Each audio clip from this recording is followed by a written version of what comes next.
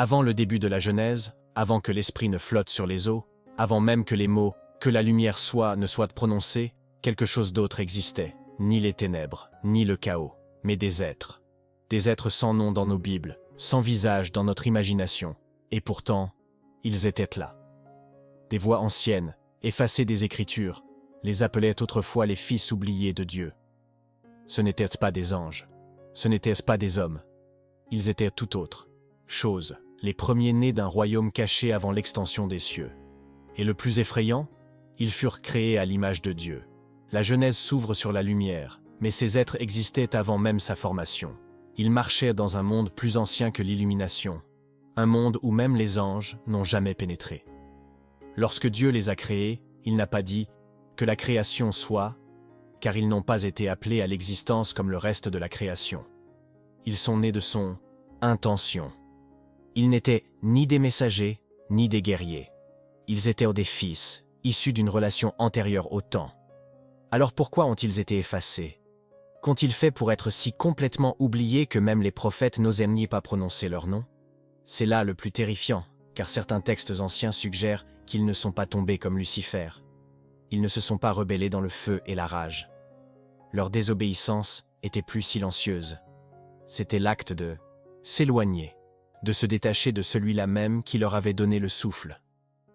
Non pas par défi, mais par indépendance. Ils ont choisi leur propre vérité, et cela a suffi pour être réduits au silence à jamais. Et si tout ce que vous savez sur le commencement manquait quelque chose? Une vérité trop ancienne pour figurer dans la Genèse. Une histoire effacée avant même la formation des anges. Aujourd'hui, vous êtes sur le point de découvrir les fils oubliés de Dieu, des êtres qui ont marché avec le Créateur avant le commencement des temps, et dont on n'a plus jamais parlé. Si cette vérité vous brûle l'âme, ne vous contentez pas de regarder. Aimez cette vidéo, abonnez-vous et activez les notifications. Et dites-nous dans les commentaires, de quelle ville regardez-vous? Nous voulons savoir où cette révélation nous mène. La Bible parle des fils de Dieu dans le livre de Job, qui se réjouirent lorsque les fondations de la terre furent posées. Mais de qui se réjouissaient-ils, si Adam n'avait pas encore été créé? Et si certains d'entre eux ne se réjouissaient pas du tout, mais observaient avec amertume? Et s'ils voyaient la création de l'homme non pas comme un miracle, mais comme un remplacement?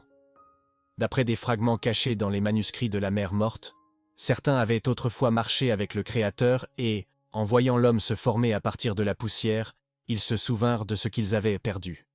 Ces fils de Dieu n'étaient limités ni par l'espace, ni par le temps. Ils se mouvaient d'une manière que même les anges ne pouvaient comprendre. Tandis que les armées célestes chantaient avec ordre et soumission, ces êtres rayonnèrent d'autre chose, quelque chose de déstructuré, d'intime et de brut. Ils portaient en eux la présence pure du Créateur. Mais cette proximité comportait un danger. Ils commencèrent à croire qu'ils n'étaient pas seulement fils, mais égaux. Et de cette croyance naquit leur silence. Contrairement à Lucifer, qui s'écria « Je m'élèverai », ces êtres ne crièrent pas. Ils reculèrent simplement. Ils cessèrent de réfléchir. Ils ne répondirent plus à la présence de Dieu par la joie, mais par le silence. Un silence glacial. Et au ciel, le silence est plus bruyant que la rébellion. Alors Dieu se retira. Non pas par colère, mais par tristesse. Et lentement, délibérément, leurs noms furent scellés, afin qu'aucun souvenir d'eux ne subsiste dans les annales de l'humanité. Mais ils n'ont pas complètement disparu. Leurs traces résonnent dans d'anciens écrits juifs, où les rabbins faisaient allusion à des premiers-nés de gloire qui marchaient parmi les fleuves de feu avant que le firmament ne s'étende. Dans un chant mystique conservé parmi les rouleaux, on peut lire « Ils détournèrent leur visage de la source et furent dispersés comme le vent. » Qui étaient ces êtres, si puissants que même leur oubli résonne à travers le temps? Un passage du livre d'Enoch, souvent rejeté, mais pourtant profondément révélateur, mentionne les fils qui étaient avant les veilleurs. Cela suggère une catégorie d'êtres plus anciens que les anges déchus que nous appelons les veilleurs. Si cela est vrai, alors la rébellion de Genèse 6 n'était pas la première trahison, mais une répétition, le reflet d'un événement déjà survenu auparavant. Une rébellion d'êtres non pas jetés en enfer, mais dans l'obscurité. Dans l'ancien texte rabbinique Sefer Harazim, il est fait mention d'un groupe appelé les Fils avant la radiance, une expression poétique, mais que les érudits n'ont jamais pu retracer. Elle décrit des êtres qui marchaient dans la pureté avant même l'instauration du trône. Non pas en adorateurs, mais en témoins. Ils ont vu les fondements de la création prendre forme, et pourtant, ils n'ont pas chanté. Ils se sont contentés d'observer. Et certains d'entre eux, suggère le texte, ont refusé de s'incliner. Non par orgueil, mais parce qu'ils se souvenaient d'une gloire passée et ne pouvaient accepter un nouvel ordre sans eux. Ces fils oubliés ont peut-être joué un rôle bien plus important qu'on ne le pense. Certains mystiques croient qu'ils étaient les premiers porteurs de la connaissance divine, porteurs de vérité qui seraient plus tard déformés par les anges déchus. Avant qu'Enoch ne marche avec Dieu, avant qu'Adam ne nomme les animaux, ces êtres connaissaient les motifs des étoiles, le langage de la lumière et les limites de l'invisible. Mais lorsqu'ils sont partis, ils ont emporté ce savoir avec eux. C'est pourquoi, aujourd'hui encore, nous ressentons des échos, des mystères trop profonds pour être expliqués, comme si une sagesse avait été enfouie bien avant que l'humanité ne prenne son premier souffle. Et c'est là que réside le danger. Si de tels êtres ont existé et ont été effacés, que nous a-t-on caché d'autres? Quelles vérités ont été cachées pour protéger la fragile compréhension des générations futures? Les théologiens rejettent souvent ces idées, les qualifiant de métaphores poétiques ou de mythes hérétiques. Mais la question demeure. Pourquoi tant de traditions indépendantes, juives, chrétiennes et même mésopotamiennes, mentionnent-elles des êtres divins premiers-nés disparus avant la création du monde? Coïncidence ou censure? Un parchemin araméen perdu parle de 7 trônes abandonnés et de fils qui ne chantèrent plus. Cette phrase hante les érudits. Pourquoi un trône serait-il abandonné au ciel? Les trônes ne sont pas des symboles, ce sont des missions. Si des fils les ont abandonnés, cela signifie qu'ils détenaient un pouvoir réel et une responsabilité réelle. Et si ces trônes n'ont jamais été récupérés, cela signifie que leur chute a laissé un poste vacant. Un poste qui allait façonner tout ce qui allait suivre, de la rébellion de Lucifer à la tentation en Éden, et peut-être même à la guerre à venir. L'idée de trône laissé vides au ciel suggère quelque chose d'encore plus troublant. La hiérarchie spirituelle que nous connaissons aujourd'hui est incomplète. Et si les ordres angéliques, chérubins, séraphins, dominions, avaient été créés non pas comme un système complet, mais comme une réponse, un remplacement, pour combler le vide laissé par ces fils qui s'en allèrent. Leur absence modifia l'architecture du divin. Elle imposa une restructuration des cieux. Ce qui était autrefois une famille devint un système. Ce qui était autrefois intime devint hiérarchique. Et puis vint l'homme, formé, de poussière, rempli de souffle, mais placé dans un monde déjà marqué par la perte. La Genèse dit que Dieu créa l'homme à son image, mais de nombreux érudits se sont demandé « Pourquoi le pluriel ?» Faisons l'homme à notre image. Dieu parlait-il aux anges ou à ses fils originels, des êtres qui portèrent déjà son image? Si l'homme fut créé en réponse à leur départ, alors l'humanité porte non seulement l'empreinte de Dieu, mais aussi un dessein, celui de racheter une lignée brisée. Cela expliquerait la jalousie du serpent. Si le serpent avait été autrefois proche du trône, peut-être même témoin des fils oubliés, alors voir Dieu insuffler la vie à la poussière aurait été insupportable. Non pas parce que l'homme était puissant, mais parce qu'il avait été choisi. Le serpent n'a pas tenté Ève par curiosité, c'était par vengeance. Une guerre silencieuse avait déjà commencé, bien avant que le fruit ne soit touché. La chute de l'homme ne marqua donc pas le début de la rébellion, mais sa continuation. Le champ de bataille s'était déplacé du ciel vers la terre, mais la guerre était ancienne. L'humanité s'engagea dans une histoire déjà en cours. Ceci explique pourquoi certains êtres, ceux que l'on appelle fils de Dieu, dans Genèse 6, recherchèrent les filets des hommes. Ce n'étaient pas de simples anges s'abandonnant à la convoitise. C'étaient des vestiges, des échos d'un ordre ancien, cherchant à reconquérir ce qui avait été perdu en fusionnant avec le sang humain. Si ces fils anciens ne pouvaient plus opérer dans les cieux, alors peut-être leur seul chemin de retour passait-il par l'humanité, par l'influence, par l'héritage. Cela donne un poids nouveau à l'étrange progéniture hybride mentionnée dans la Genèse, les Néphilim.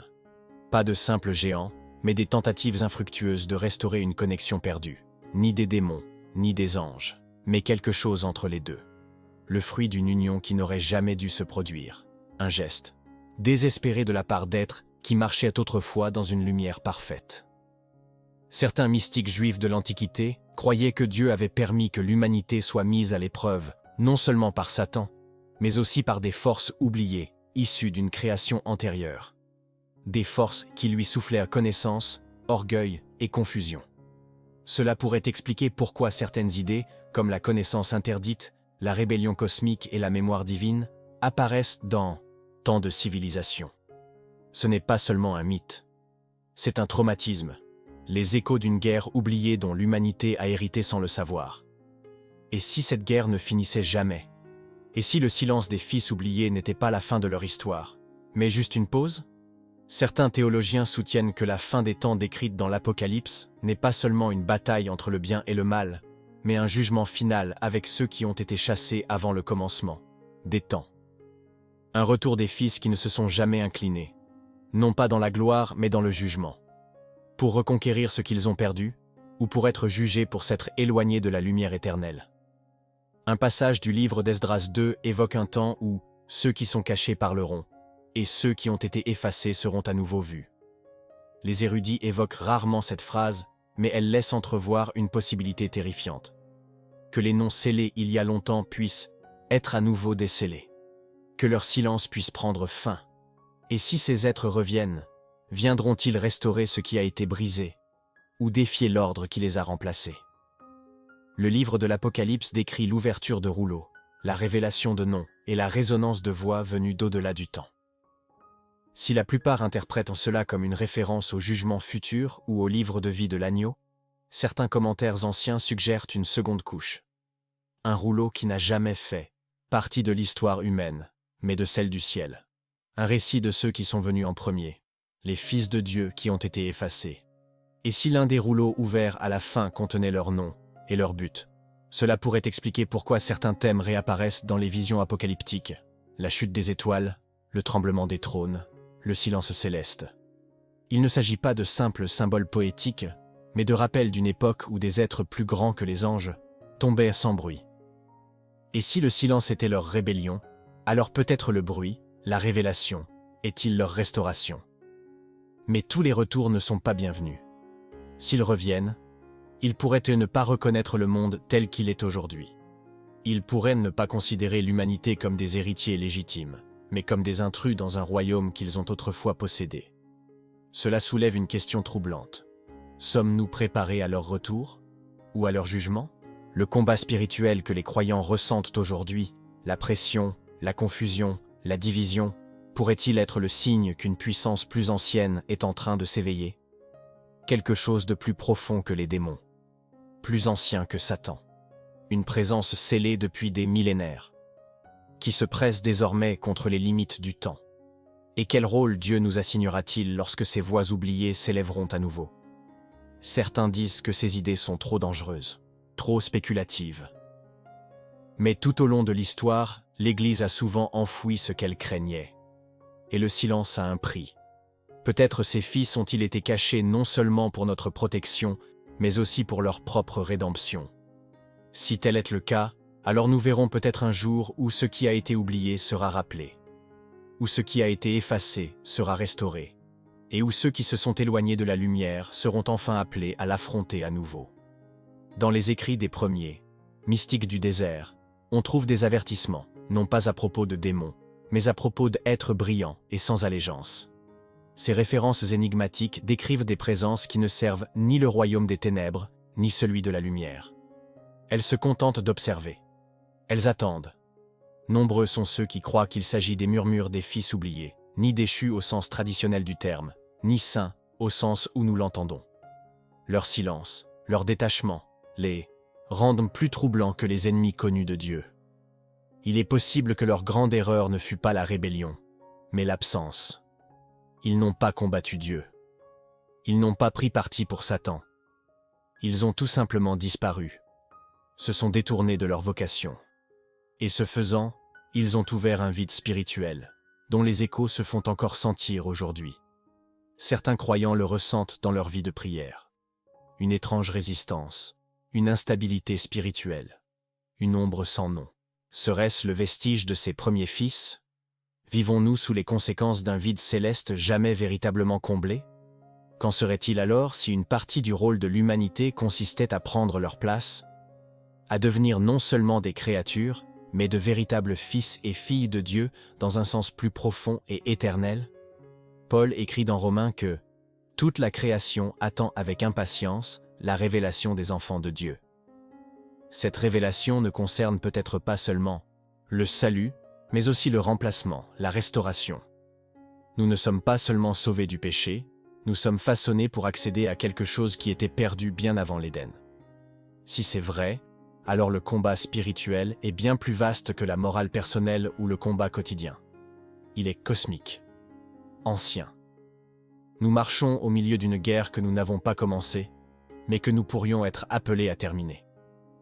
L'histoire des fils oubliés de Dieu n'est pas seulement un mystère enfoui dans le temps. Elle pourrait être la clé pour comprendre pourquoi vous êtes nés. Pourquoi votre esprit aspire à quelque chose qu'il ne peut nommer. Et pourquoi le ciel, même maintenant, guette celui qui s'élèvera. Nous imaginons souvent le paradis comme un lieu d'ordre parfait, où rien ne change jamais. Mais l'histoire des fils oubliés remet en question cette idée. Elle suggère que même dans les sphères célestes, il y avait du mouvement, des choix, des pertes et du silence. Légui, salle du trône de Dieu a peut-être résonné autrefois de voix qui ne parlent plus. Et peut-être que la raison même pour laquelle Dieu a créé l'humanité n'était pas seulement d'initier quelque chose de nouveau, mais de guérir quelque chose d'ancien. Une fracture spirituelle qui existait bien avant l'entrée du péché dans le jardin. Dans cette optique, le cheminement de chaque croyant prend un poids plus profond. Votre combat ne se limite pas à survivre à ce monde. Il peut s'agir de participer à une restauration plus ancienne que la création. Lorsque vous adorez Dieu, lorsque vous choisissez l'obéissance, lorsque vous reflétez l'image de Dieu dans l'amour et l'humilité, vous faites ce que ses premiers fils ont refusé de faire. Vous entrez dans le chant qu'ils n'ont jamais chanté. C'est pourquoi votre cheminement compte plus que vous ne le pensez. Il résonne dans des sphères que vous ne voyez pas. Mais la question demeure. Où sont-ils maintenant? S'ils ont été effacés, ont-ils vraiment disparu? Ou sont-ils simplement cachés, attendant un instant que Dieu seul connaît? Certains textes anciens parlent d'un voile dans le voile, une couche de réalité qui existe au-delà des anges, au-delà des démons. Un royaume de veilleurs qui n'interviennent pas. Pas encore. Si les fils oubliés y résident, alors les derniers chapitres de l'Apocalypse pourraient révéler non seulement le retour du Christ, mais aussi le leur. Et si leur retour n'était pas physique, mais spirituel? Et si leur influence recommençait à s'exercer, non pas par les apparences, mais par les idées, les systèmes, les mouvements? L'essor du savoir sans humilité. Le pouvoir sans adoration. L'identité sans soumission. Ce ne sont pas des mots nouveaux, ce sont les échos d'un silence ancien. Et l'Église, aujourd'hui plus que jamais, doit se réveiller. Car ceux qui ont disparu ne sont peut-être pas partis. Et leur héritage est peut-être encore en train de se révéler. Les Écritures nous mettent en garde contre les doctrines démoniaques et les fausses révélations, mais qu'en est-il des vérités oubliées? Non pas des mensonges, mais des souvenirs trop dangereux pour être conservés. L'histoire des fils de Dieu. Oublié n'est peut-être pas raconté clairement dans la Bible, mais son ombre s'étend sur chaque page sacrée. Dans chaque exil, chaque silence, chaque restructuration divine, nous entrevoyons leur absence. Leur histoire est la trame de fond, jamais exprimée, mais toujours ressentie. Certains croient que ce silence est une forme de miséricorde, que Dieu, dans sa grâce infinie, a choisi de ne pas les détruire, mais de les sceller. Non par colère, mais par espoir. Espoir qu'un jour, une autre race, née de la poussière et de l'esprit, puisse réussir là où elle a échoué. Et c'est peut-être pour cela que l'ennemi nous hait. Non pas parce que nous sommes puissants, mais parce que nous avons du potentiel. Parce que Dieu regarde les humains brisés et imparfaits et dit « J'habiterai en eux ». Une déclaration qu'il a peut-être faite un jour, à d'autres. Ce n'est pas un hasard si Jésus est appelé le premier-né de toute la création. Ce titre est important. C'est une déclaration de rang, de restauration. En lui, Dieu place un nouveau fils au centre du ciel. Un fils qui ne s'en ira jamais. Et en lui, nous sommes adoptés. Non seulement sauvés des ténèbres, mais insérés dans une histoire bien plus ancienne que celle que nous connaissions. Jésus ne se contente pas de nous sauver, il reprend possession du trône. Il comble le vide laissé par ceux qui ont été oubliés. Voilà le véritable poids de notre vocation. Nous ne sommes pas seulement des individus sauvés, nous sommes un héritage spirituel, une réponse vivante à un silence céleste. Et tandis que le monde cherche des signes dans le ciel, le véritable signe est peut-être intérieur, un cœur qui choisit encore Dieu, une voix qui chante là où d'autres ont refusé, une âme qui dit « Me voici », tandis que d'autres ont disparu. Ce n'est pas seulement votre histoire, c'est la sentence inachevée du ciel. Et votre foi pourrait bien être le dernier mot. C'est peut-être pour cette raison que l'ennemi combat le plus durement, non pas contre les anges, mais contre les croyants. Car chaque fois qu'un fils ou une fille de Dieu défend la vérité, cela résonne dans des lieux invisibles. Cela perturbe le silence. Cela ébranle les trônes antiques. Vous pouvez vous sentir petit, ordinaire. Mais si vous portez l'esprit de Dieu, vous êtes plus dangereux que vous ne le pensez. Vous faites partie de la réponse à un mystère qui a commencé avant la Genèse, et le ciel ne l'a pas oublié. Ainsi, lorsque vous priez, vous vous adressez à des réalités plus anciennes que le temps. Lorsque vous adorez, vous chantez à la place de ceux qui ne l'ont jamais fait. Lorsque vous obéissez, vous parcourez des chemins autrefois abandonnés. Et lorsque vous tombez, mais que vous vous relevez dans la grâce, vous réécrivez ce qu'ils n'ont pu achever. Les fils de Dieu oubliés ne reviendront peut-être jamais. Mais par le Christ en nous, une nouvelle génération s'élève, non pas de mémoire, mais d'accomplissement. Et c'est peut-être là la véritable rédemption. Non pas que ces êtres anciens soient restaurés, mais que quelque chose de meilleur prenne leur place. Quelque chose de bienveillant, quelque chose d'humble, quelque chose né non de la gloire, mais de la miséricorde. Finalement, Dieu n'a pas choisi les plus brillants ni les premiers. Il a choisi les brisés, les oubliés, la poussière. Et à cette poussière, il a donné un destin dont les cieux eux-mêmes tremblent à la vue. Si cette vérité brûle dans votre cœur, ne la lâchez pas. Vous n'êtes pas né par hasard. Vous n'avancez pas dans ce monde sans but. Le silence du passé résonne à travers le temps, mais votre voix a été créée pour y répondre. Vous êtes un enfant de Dieu, ni oublié, ni effacé, mais appelé à cet instant précis. Et si vous ressentez cela, alors, comme ceux qui vous observent de l'autre côté du voile, le ciel vous observe maintenant. Si ce message a touché quelque chose au plus profond de vous, ce n'était pas seulement une information, c'était un appel. Un appel à vous souvenir de ce que le ciel n'a jamais oublié. Vous êtes né pour un but qui a commencé avant même le temps. Alors ne gardez pas cette vérité pour vous. Aimez cette vidéo, partagez-la avec quelqu'un qui a besoin de l'entendre et abonnez-vous si ce n'est pas encore fait. Nous construisons une communauté qui s'éveille à la réalité spirituelle derrière le voile, et vous en faites partie. Dites-le nous dans les commentaires. D'où regardez-vous? Faisons résonner le silence.